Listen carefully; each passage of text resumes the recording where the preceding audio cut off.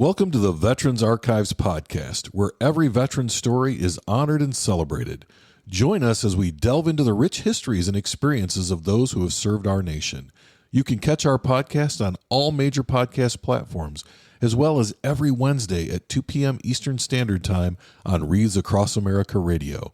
At Veterans Archives, we believe your story matters. Visit our website at www.veteransarchives.org to explore more about our mission, discover resources for veterans, and stay updated on upcoming episodes. Connect with us on Facebook, Instagram, and LinkedIn to engage with our community. Subscribe, like, and share to spread awareness about our veteran stories. Whether you're a veteran, a supporter, or simply curious about the profound journeys of those who have served, Veterans Archives invites you to listen in, learn, and be inspired. Join us as we continue to honor and preserve the legacies of our veterans. Today is Thursday, October 10th, 2024, and I'm talking with Ray Brown, who served in the United States Army. So good morning, Ray. Good morning. It's great to see you. Good to see you. Well, we're going to start out very simple this morning. I'm just going to ask you, when and where were you born? I was born in Royal Oak, Michigan in 1934. Okay, and what was it like growing up in Royal Oak in 1934? Well, of course, that was during the Depression. Mm-hmm. So the part that I remember was coupons. You had to have coupons. You had to have coupons to get food. You had to have coupons to get gas. You had to have coupons to buy shoes. That was... Well, it was normal to me at the time, mm-hmm. but later I always described it as we were less fortunate people because my dad had passed away. Okay. So my mother was trying to raise a family of 5 children without a husband, which was, of course, very stressful. Even now it would be. Yes. But she persevered and she ended up with 5 children, and I don't know how many grandchildren now, mm-hmm. but, great-grandchildren, I don't know if we can count that far. Yeah, lots of numbers there, I imagine. Absolutely. So how old were you when your father passed away? Oh, he passed away before I was born. Oh, okay. So your mom was pregnant then when your father passed away. Okay. He died August 1st, 1934. Mm-hmm. I was born December 9th, 1934. It's about, I think, 4.5 or 4 and some days difference between the two. Oh, my gosh. The strange thing about it is that my dad, as I said, died August 1st, mm-hmm. and my mother passed away July 31st. Oh. Okay. That's pretty close together. That's almost eerie. Yeah, it is. It is. If you don't mind me asking, what happened to your dad? Peritonitis, which was a disease of the kidneys. Uh-huh. Now it is curable with penicillin. Right. But at that time it was not. Okay. All right. And what did your dad do for a living prior to his passing?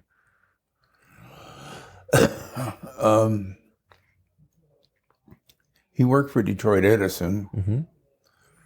And he got that job through my uncle. And he worked there for some time. I have no idea how long. And he became ill. And just before his death, he worked at as a janitor at the Baldwin Theater in downtown Royal Oak.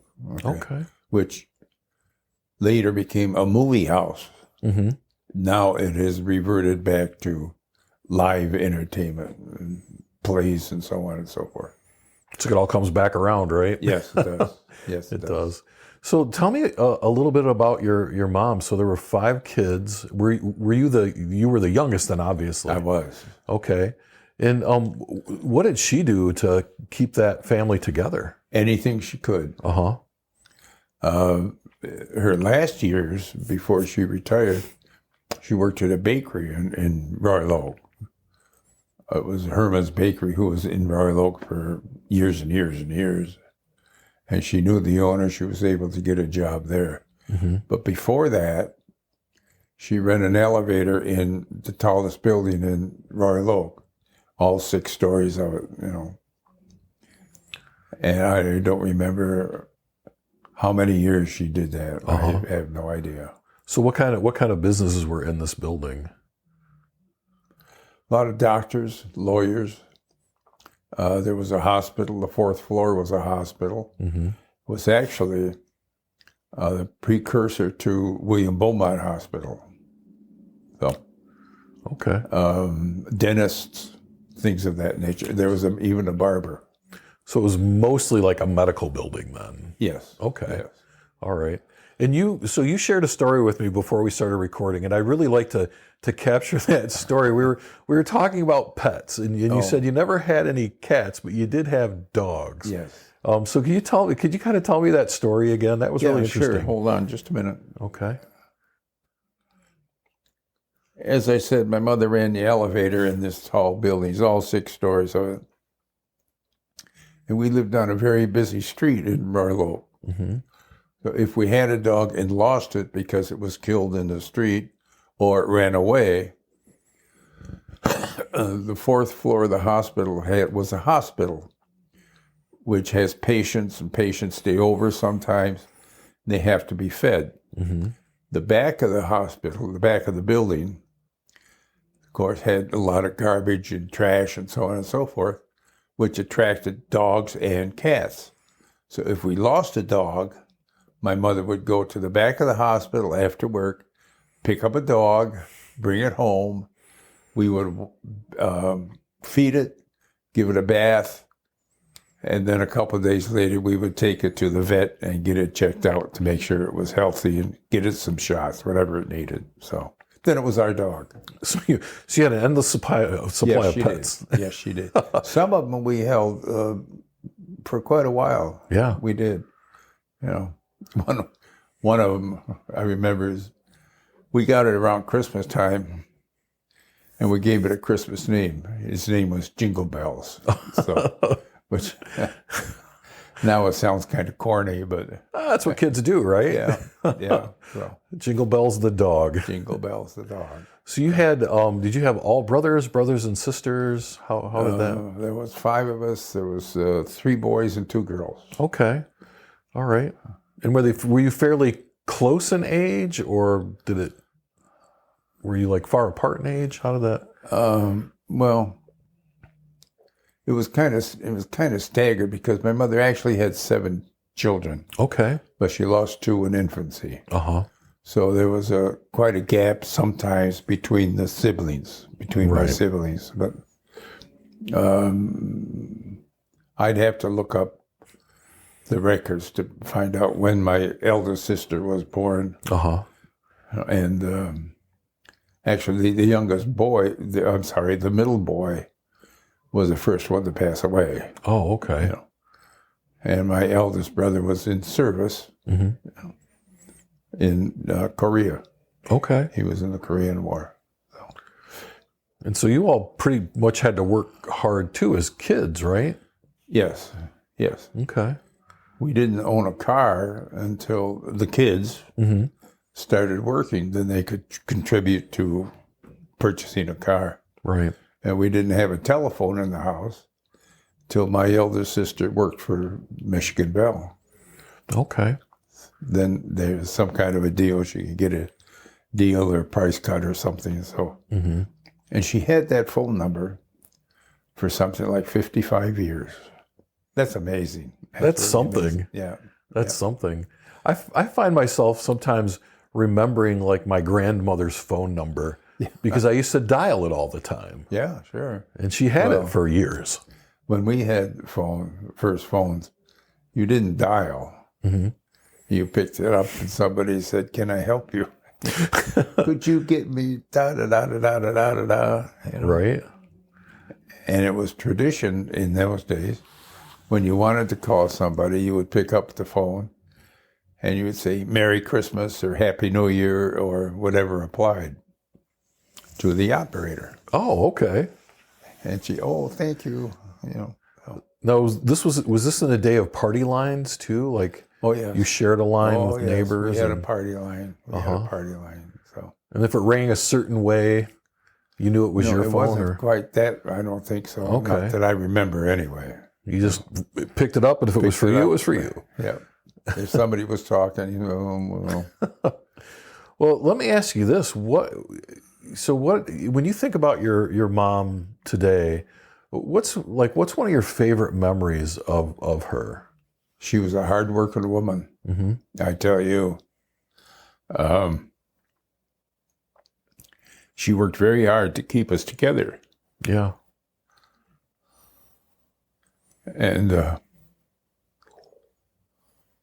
this is not easy. No, I know. She sounds like an amazing person. And she was. Mm-hmm. She told the story, but after I was born, or actually before I was born, the county gave her a nurse to help her out with the kids. Okay. Mm-hmm. Well, because there was 5 of us, the nurse decided to heck with this, and she just walked off the job. Now, this was in the wintertime because I was born in December. Yeah. Okay. So in order to keep us warm, my mother went downstairs 1 step at a time on her butt to stoke the furnace so that we would be warm. That's a tough woman. That's love. It is. That is love for her children right there. Yeah. Yeah, probably kind of shaped who you are today, didn't it? Hope so. Yeah. Yep. It's always nice to be able to take those good things that people did for us and yes, and build on them. Yeah. And I can tell from your voice and from your face right now that you really loved your mom. Yeah. Yep. And I know that's difficult for you. So, excuse me. Oh, certainly. Certainly. Take your time.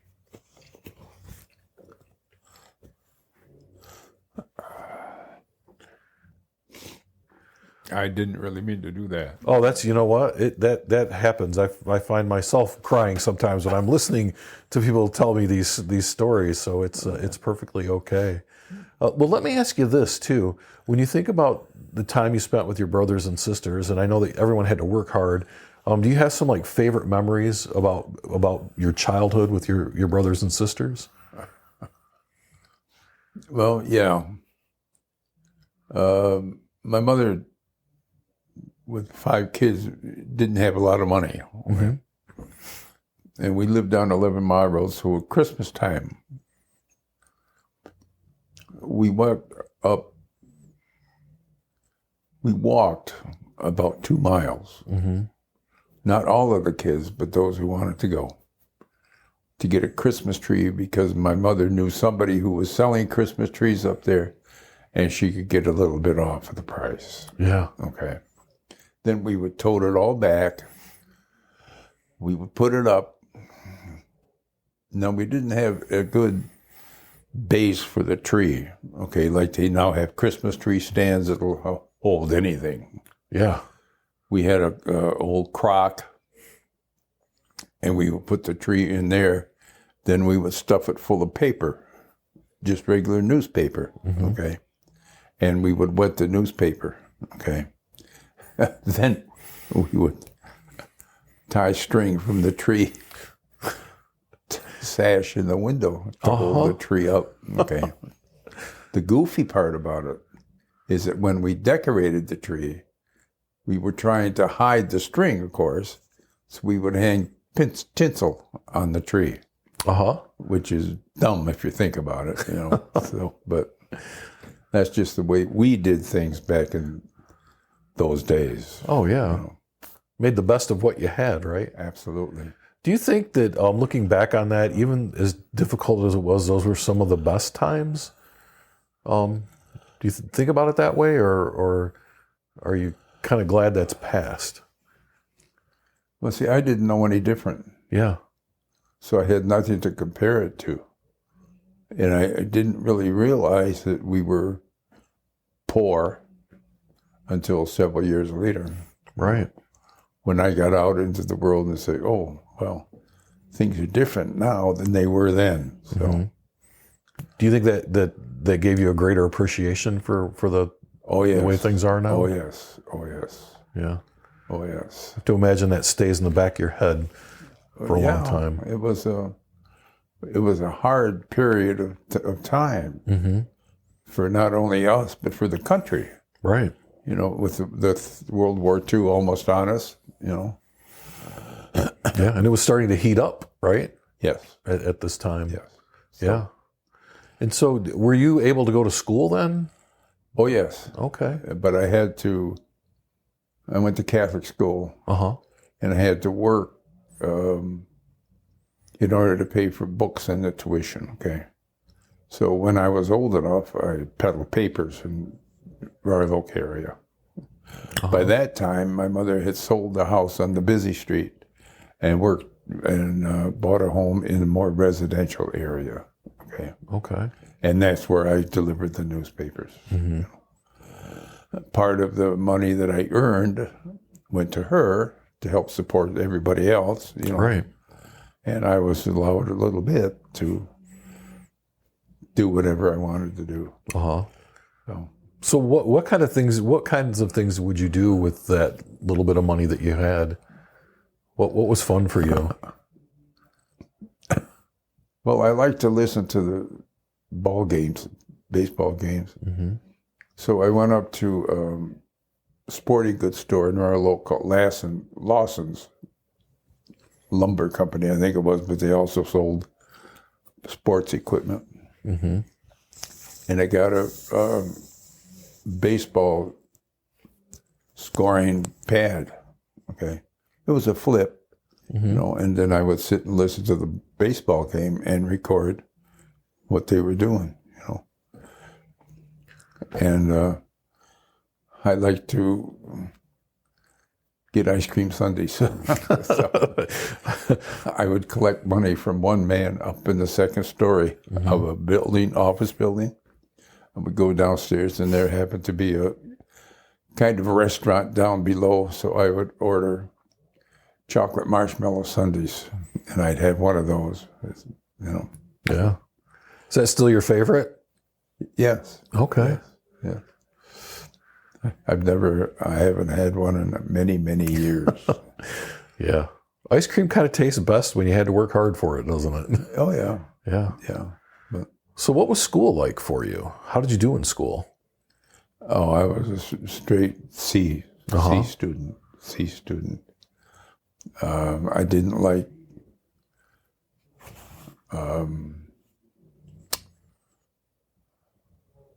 science, and I don't get along at all. Okay. You know, of course we had religion classes, but I did all right in the English and math and so on and so forth. Mm-hmm. Actually, when I started working, at the end I was in the accounting department of various companies. You know. Mm-hmm. In one case, I was manager of their auditing department. So, but school was school. Right. You know, so.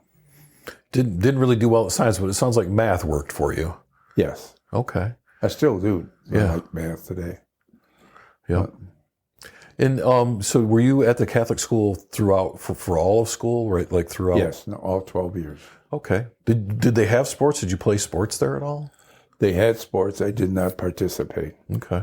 As I remember, they had basketball and football, Mm-hmm. and I think there was a baseball team, but I did not participate. Okay. My sports ability is zero. I went to Waukegan, Illinois, after I got out of the service Mm-hmm. to visit a friend. And he talked me into going golf. Okay. So we went to golf, and I used his clubs since I didn't have any. Uh-huh. And it took me 39 strokes to get this second hole. Oh my gosh. And I decided then that sports is not my forte. So, You'll never be a pro golfer, right? no. I could understand.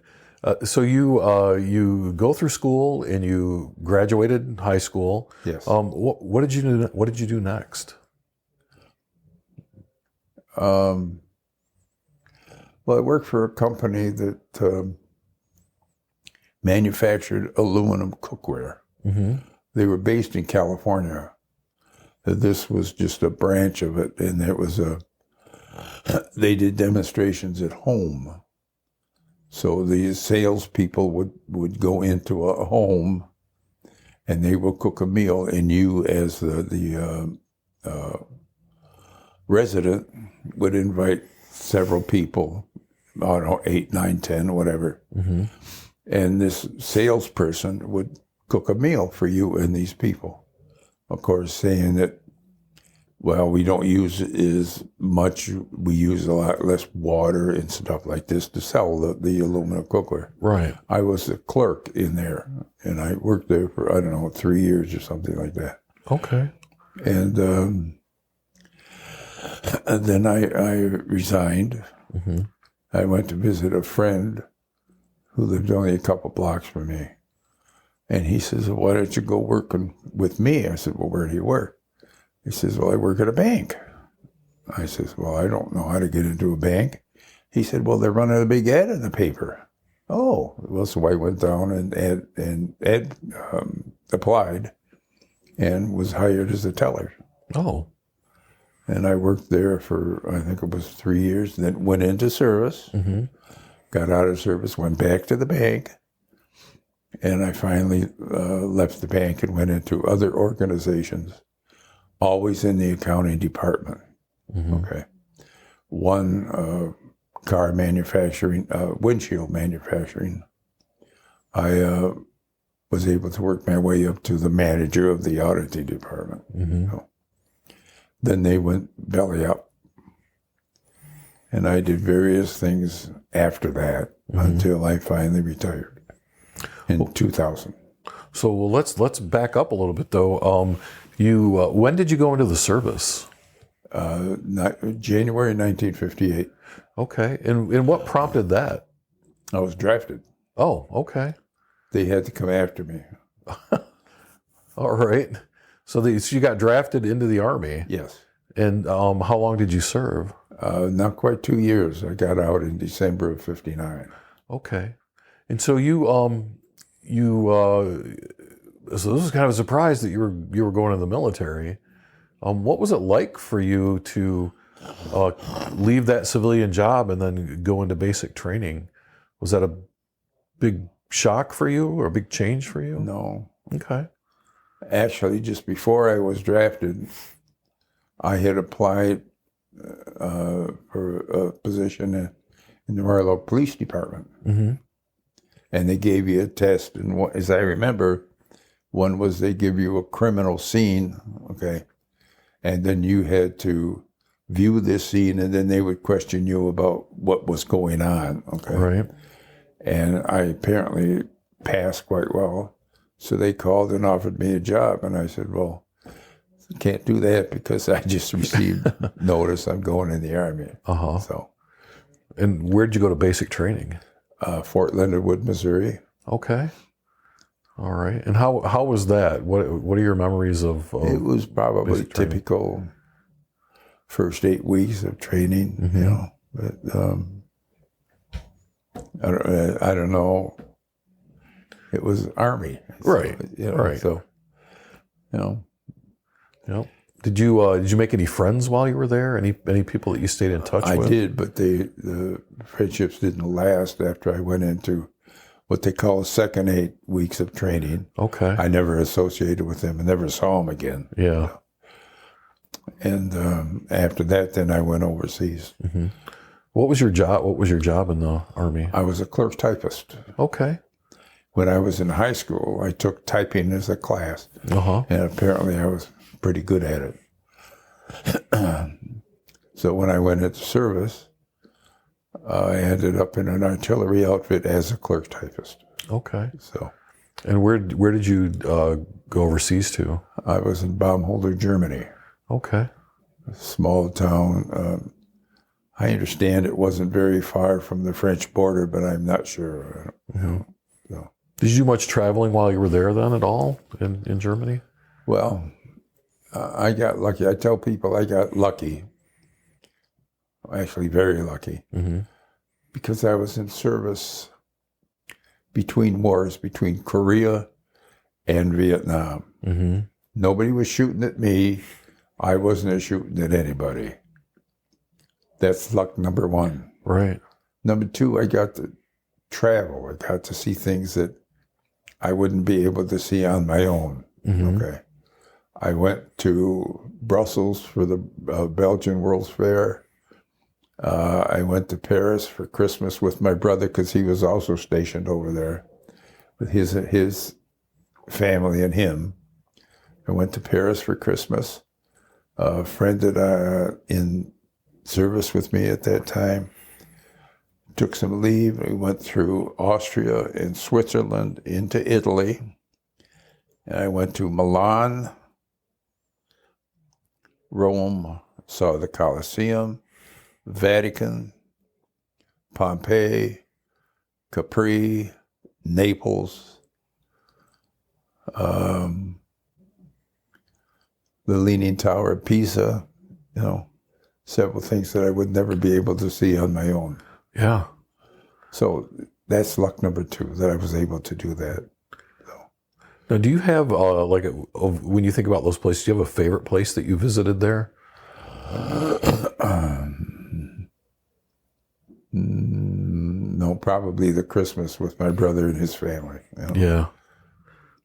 Yeah. It's always nice to be with family. Yes. Yeah. Especially if you're overseas. That's great. That's actually great luck. Well, my sister-in-law was French. Uh-huh. So we stayed with her mother. Now, I stayed with a neighbor, which was 3 blocks away, I think, or something like that. Mm-hmm. And then I would just walk over to her house in the morning and go back at night and so on and so forth. But while we were there, my brother took me on a short touring.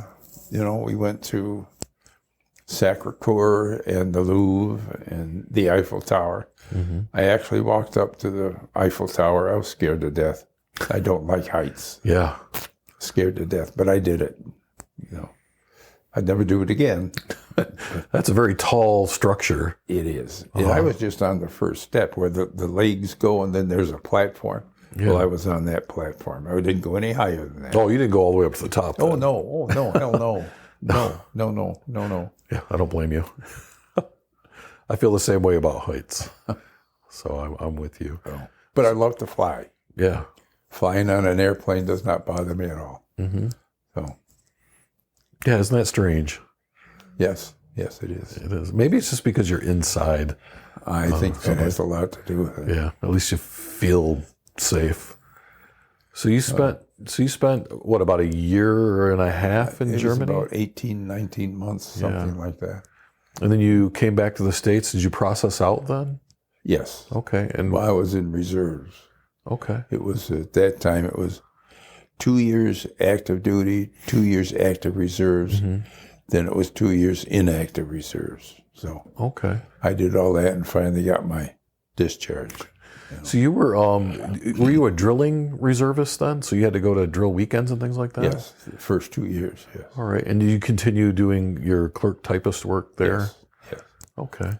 And what did that work entail? Like, what kinds of things did you do as a clerk typist? Oh, they had... Let's take a quick break. Veterans Archives is a 501c3 nonprofit organization, and we rely on donations from our listeners.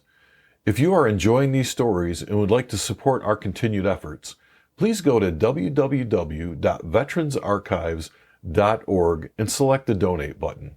Thank you.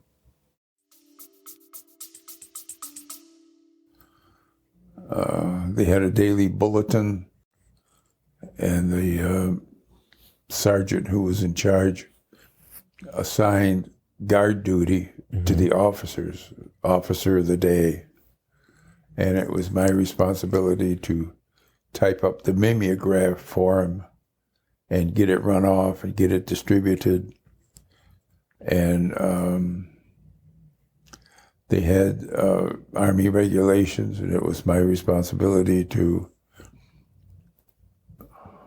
change the regulations. I would get notices from Army headquarters such and such a regulation has to be changed, so you have to change the part of the regulation that you have, even if it's just changing nothing but a comma. Okay. And I had a bookcase full of these things. Right. And I'd have to sit there and change all these things. These are like pen and ink changes then. Yes. Yeah. Okay. Yes. Wow. Yeah, I think people have forgotten that those regulations were like published on paper and they had to be updated, right? Oh, yes. Oh, yes. That'll keep you busy. Yeah. And once in a while I had to pull guard duty. That was, I think, 3 times in 19 months is not that bad. No, not at all. Not at all. Part of that I didn't like because once it was in the, I ended up at the ammo dump, which is off away from the main post, you know. That was kind of eerie at 2 o'clock in the morning, 2:30 in the morning, you know. It might play tricks on you out there, won't it? Yes, yes. But we had a rifle, and we had a clip of ammunition, but we couldn't put it in the rifle that we had. We had to carry it. And then if necessary, we would then load the rifle, which seems kind of slow. Yeah, it's probably not the best way to do it, is it? No. So you did your time in service. You came back. Did you go back to work at the bank then while you were still in the reserves? Yes. Okay. And you worked at the bank for a few years then? Yes, I did. Okay. And then at some point, did you met your wife in all of this, right? Well, my wife worked for the bank, so I met her on a blind date. Okay. You know, well, we were married in 64, so I guess that would be 63 that I met her. You know, we married in February of 1964. Well, tell me about your blind date. Well, at that time, it was very common if you were going out with someone to take them out for dinner and then go to a main show, you know. And they had some big movie houses in downtown Detroit, so that's what we did. Okay. You know, went down to dinner and then went to the movie. And the movie was Moulin Rouge, as I remember, which is a life story of a French artist. And one time when I was in Paris with my brother, we went to the Moulin Rouge. They took us to the Moulin Rouge. And then we go see the movie. That's kind of odd. It's kind of odd. You know. Was the movie as good as the real thing? Oh, yes. Oh, yes. Oh, that's great. All the dancing and so on and so forth. Yeah. And the ladies lifting their skirts up and dancing and doing right. They had the big ruffles and all that, right? Yes. Yeah. Yes. Was it the can? Isn't that what they? Yes. What they did. So, that was kind of cool. Yeah. So how long did you and your wife date then before you decided to get married? Oh, golly gee. I would say maybe 9 months. I don't really remember. Did you kind of know on that first date that this was the person for you? Yes. Okay. There was no doubt in my mind at all. Yeah. I don't think she felt the same way, but but you knew. I knew. You just had to convince her, right? Yes. Okay. Yeah. All right. So where did you get married? St. Mary Magdalene in Melvindale, Michigan. It was a cold day. Was it? Oh, the weather was terrible. Terrible. They say it's good luck if the weather's bad when you get married. Is that what they say? Yeah, I've heard that. Somebody said that once. It turned out all right for me, though. Yeah. So. Yeah, 60 years? 1964. Okay, 1964. And so you were married for quite a while. 54 years. Yeah. 54. Yeah. And so did you did you live in Royal Oak or Detroit after you got married? Or where were you? Well, we had a flat in Ferndale. And we were there for, I think less than 6 months. And then we bought a house in Royal Oak, just a story-and-a-half bungalow. And we were there for almost 10 years, and that's where that's where we lived when all our kids were born. Okay. Then we moved to a larger home in Berkeley, and we were there for 20 years. And where do we go from there? by that time, all of the kids were leaving, had left the house. Right. And we moved to a smaller home in Madison Heights.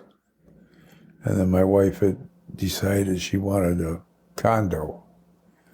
And I was against it at first. And then I guess I just got tired of cutting grass and so on and so forth. So we moved to a condo in Sterling Heights. Uh-huh. And we were there for a short period of time. We had problems there. Okay. It's not necessary to go into why. Yeah, that's fine. Then we had a chance to buy a condo in Howell. Uh-huh. So we did. Okay. And we lived there until she passed away. So that was 20-some years. Mm-hmm.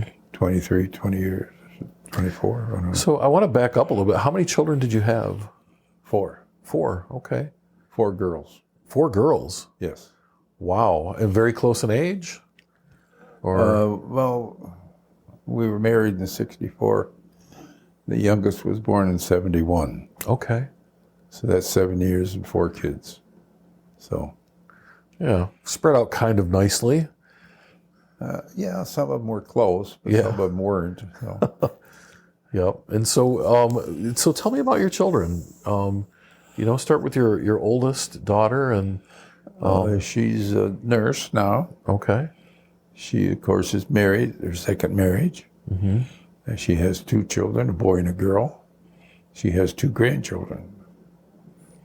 The second one is, she's a chef at a specialty store in Royal Oak. Mm-hmm. She has 2 girls and 5 grandchildren. Wow. The other 2 are married but don't have any grandchildren. Okay. And they respectfully have, the number 3 daughter has a boy and a girl, and the youngest has 2 girls and a boy. Okay. And her oldest is getting married coming June. So lots of grandchildren then. 9 grandchildren and 7 great-grandchildren. Wow. So, And are they all local then? Are they all here in Michigan? all in Michigan. Oh, that's All in nice. Michigan. Although one granddaughter is going to school in Chicago. Uh-huh. She wants to get into some kind of child behavioral something. I'm not really sure. Yeah.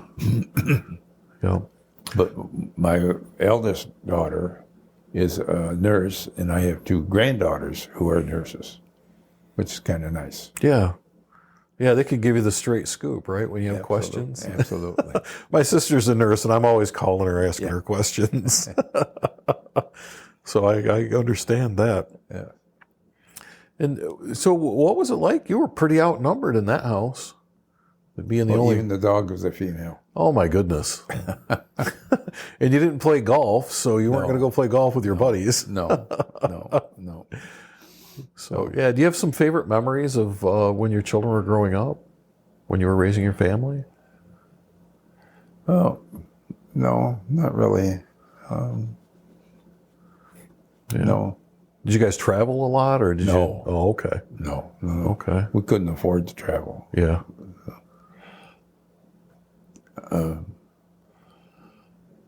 No, just working and raising the kids. Yeah. Yeah. And so where were you working now that you have your family?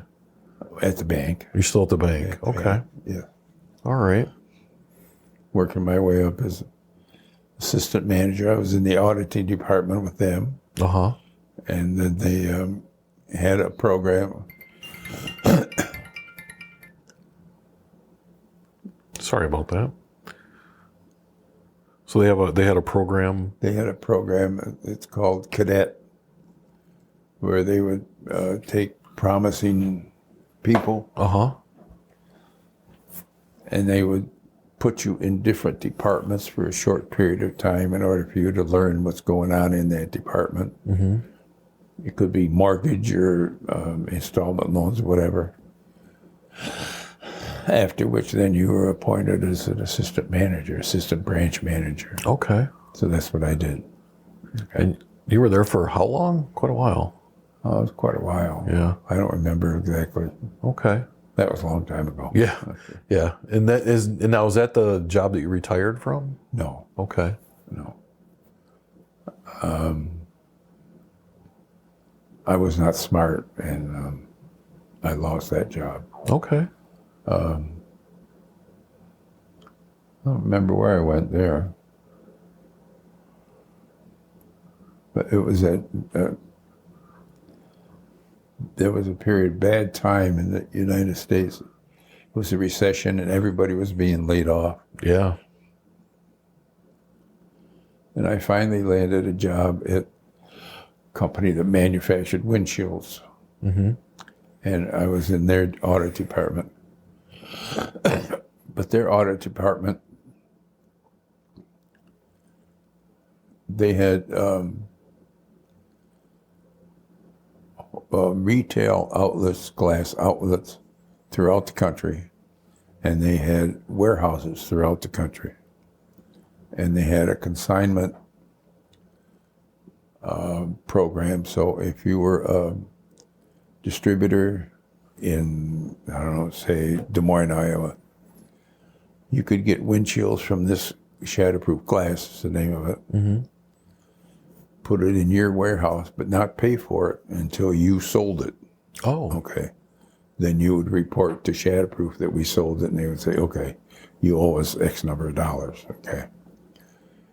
My job then would be to go around to the various warehouses, and we would take what they sold and subtract it from what we charged them with, Uh-huh. and then see if it balanced, and if it didn't, then we would bill them for the difference. And we had, Shatterproof had 25 of these warehouses around the country and 25 retail outlets around the country, not always connected to each other. Okay. So that's what we did. We traveled around all over the place. You know? And the boss of the auditors was afflicted with cancer and couldn't do that job anymore. So then the boss said, okay, you're it, Ray. So I would assign, you go here, you go here, you go here. Right. Yeah. So And how long did you did that for a while too, right? I was with Shatterproof for around 11 years, I think, something like Okay. that. And then they went bankrupt. Uh-huh. So, And then what did you do after that? well, I was unemployed for a while, and then my wife was working at the bank, and one of her customers worked for a company, a fundraising company. And she told him about me, and he told his, I think it was maybe his father-in-law, who seemed to be interested in my background. So we did an interview, and they hired me, and I was with them, I would guess 6 years or so, until I retired. Okay. And you retired in 2000. 2000. Yeah. So we're in 2024. So what did you do after retirement? What kinds of things did you do?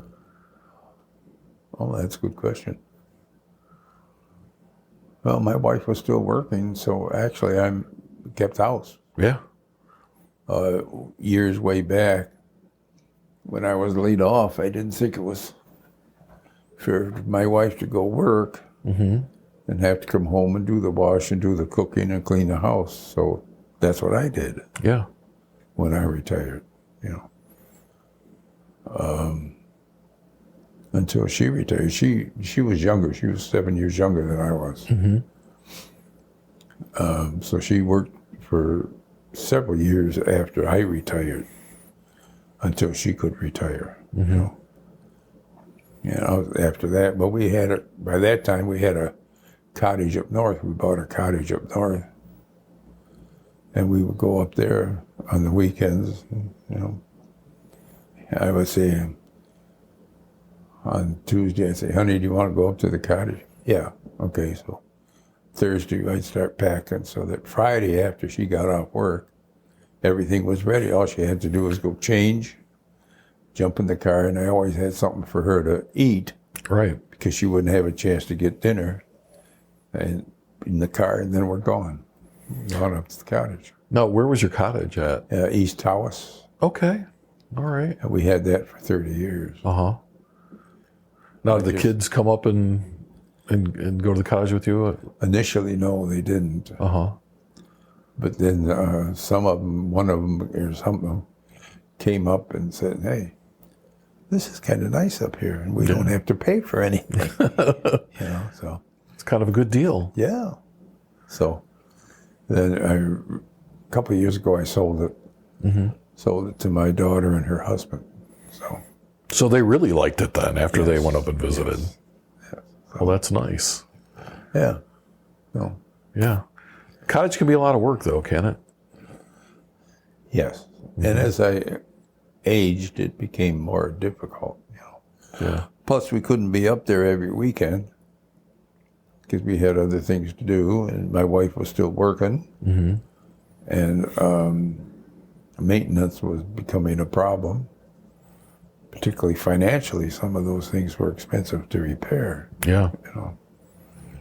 But we did the best we could. Mm-hmm. And we managed, I guess. We managed. And so I sold it to my daughter and her husband. That's nice. A couple years ago. And then were you living in Royal Oak then after retirement? No. You were living in Howell? Yes. After retirement. Yes. Okay. Yeah. All right. And then so your wife passed away a few years ago. 6 years. 6 years ago. Yeah. Yep. And she worked at the senior center right next door. Uh-huh. She wanted to hone her office skills, so she volunteered to work in the office at the senior center. Okay. And I went over there to play cards, play euchre, and then it was pinochle. Now it's cribbage on Monday, and it's double deck or triple deck euchre on Tuesday or Friday. Now, what's funny, being a Michigan guy myself, is that when I left Michigan in the service, people didn't know what euchre was. No. And it's hard. I didn't realize how hard it was to teach people. If you don't know euchre, it's hard to. Well, because you're switching jacks, they're jack of clubs is not always a jack of clubs. Right. Right. Yeah. But cribbage, I used to play cribbage with my dad all the time. Yes. It's a great game. Yes. One of my favorites, anyway. No, I learned how to play that. My sister worked at the cleaners in Royal Oak, and she had a girlfriend who used to come over to my mother's home after whatever she was doing. And she was trying to teach me how to play cribbage, and she would keep score on paper and pen, which seems to be an awful difficult chore. Yeah. So she gave me the basics, and then when I was working for the bank, the guy who was in charge of the traveling auditors who go from branch to branch. He got interested in cribbage, so we would play cribbage on our lunch hour, okay? Until one of the branch managers objected to that because he thought we were gambling, I guess. Yeah. And reported us to our big boss, who said, no, we don't do that, so. But we love the game. It's a good game. It's a good game for two people. It is. It is. Oh. And you can get to know somebody playing that game. Oh, yes. Well, we play 2, 3, 4, 5, or 6 next door. We kind of invented a cribbage game for 5. And after we were doing that for 6 months, we found out there's actually a game that was that was standard, I guess you'd call it. Right. Which was not the game that we were playing. Learned how to kind of do it the right way after that, yes. huh? Yes. So well, it's been great talking with you and getting to know you. and learning about your life. Before we go, I always ask people kind of the same question. Years from now, when someone's listening to this story, what would you like them to take away from our conversation and from your life? What would you like them to take away from that?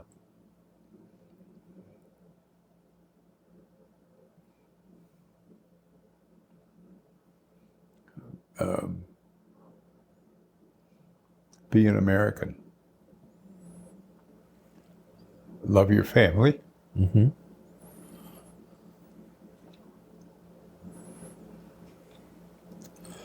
Love your country. Absolutely. Love your maker.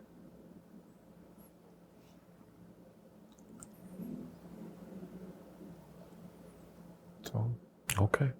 Well, thank you again. We really appreciate it.